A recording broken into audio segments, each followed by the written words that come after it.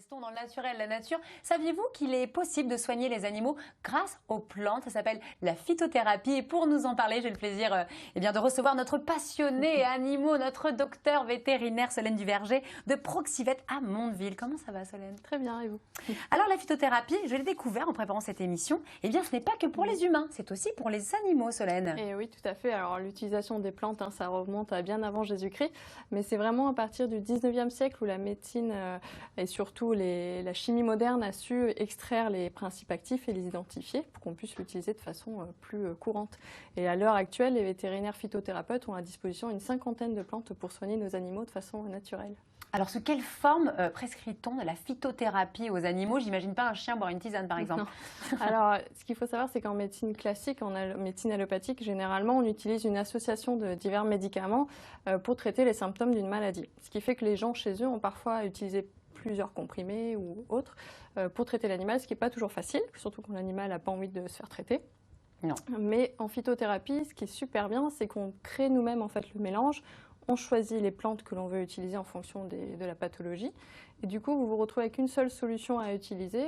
Donc ça peut être par exemple une solution liquide que vous donnez directement dans la bouche de l'animal. Ça peut être aussi un mélange d'huile essentielle par exemple. Alors qu'est-ce qu'on soigne avec la phytothérapie pour nos animaux, Solène? Alors on peut soigner plein de choses. Et ce qui est génial avec la phytothérapie, c'est qu'on est sur une médecine qui est personnalisée. Comme je disais, on crée un mélange. Donc quand vous dites nous, c'est les vétérinaires. Oui, on ne fait pas notre petite potion chez nous. Hein. Non, on ne met pas. Mon pauvre chien. Les vétérinaires phytothérapeutes font, c'est une thérapie à la carte. Donc on choisit vraiment les plantes que l'on veut pour tel symptôme, tel problème. On peut prendre l'exemple du cassis, qui est une super plante anti-inflammatoire et immunorégulatrice, qu'on peut utiliser pour les allergies par exemple. On peut utiliser la fumeterre, qui est une très bonne anti-prurigineuse, donc anti-démangeaison, mais qui permet aussi de drainer la vésicule biliaire, donc c'est super intéressant. On a également la valériane que tout le monde connaît un petit peu. C'est plus connu, c'est la valériane. Exactement, ouais. Qui est un anxiolytique, donc quand l'animal a par exemple de l'anxiété ou du trouble de sommeil, on peut s'en servir. Et puis ça permet aussi de faire la prévention, ce qu'on a rarement en médecine allopathique, en dehors des vaccins. Médecine allopathique, c'est médecine traditionnelle. Exactement, ouais, c'est ça. Et donc, ça nous permet de faire du préventif, notamment quand, comme vous, à l'approche de l'hiver, vous prendriez des vitamines. On peut prescrire un mélange de plantes qui va booster le système immunitaire de votre animal.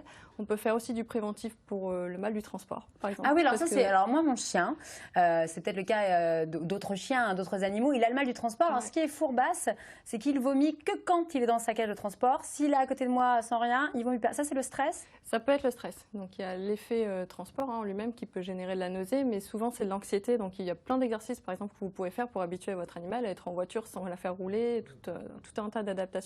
Mais il existe des plantes que vous pouvez donner en préventif, justement, pour lutter contre le stress et le mal du transport. La phytothérapie, c'est génial pour l'arthrose également, pour les vieux chiens. Alors, on connaît, c'est l'application peut-être la plus connue, notamment chez les chevaux, on s'en sert depuis longtemps. Mais on peut soigner des troubles chroniques, des troubles aigus, on peut s'en servir en curatif ponctuel, mais aussi au long cours en termes de soutien. On peut traiter un animal cardiaque, on peut traiter des troubles cutanés, des troubles hépatiques. Il y a vraiment pléthore de pathologies qui pourraient être motifs à prescrire de la phytothérapie. Et est-ce qu'on peut utiliser notre phytothérapie humaine sur nos animaux, Solène? Alors, pas franchement, non. Parce qu'il faut savoir que l'alcool est souvent utilisé dans les préparations de phytothérapie en humaine. C'est pas si naturel que ça, en fait. Tout s'explique. C'est pour ça que quand je prenais ma valériane, j'étais un peu gaie.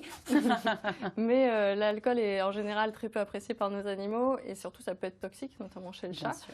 Donc pour ces raisons-là, il vaut mieux éviter de faire vous-même votre petite popote. Et puis même si c'est des plantes, mal utilisées, ça peut être dangereux. Et il y a une posologie à respecter en fonction du poids de votre animal, notamment. Donc vous demandez à votre vétérinaire, docteur en vétérinaire, qui vous fera ça à merveille. Merci beaucoup, Solène Duverger, notre passionnée animaux dont vous êtes formidable. Je vous souhaite une bien belle matinée.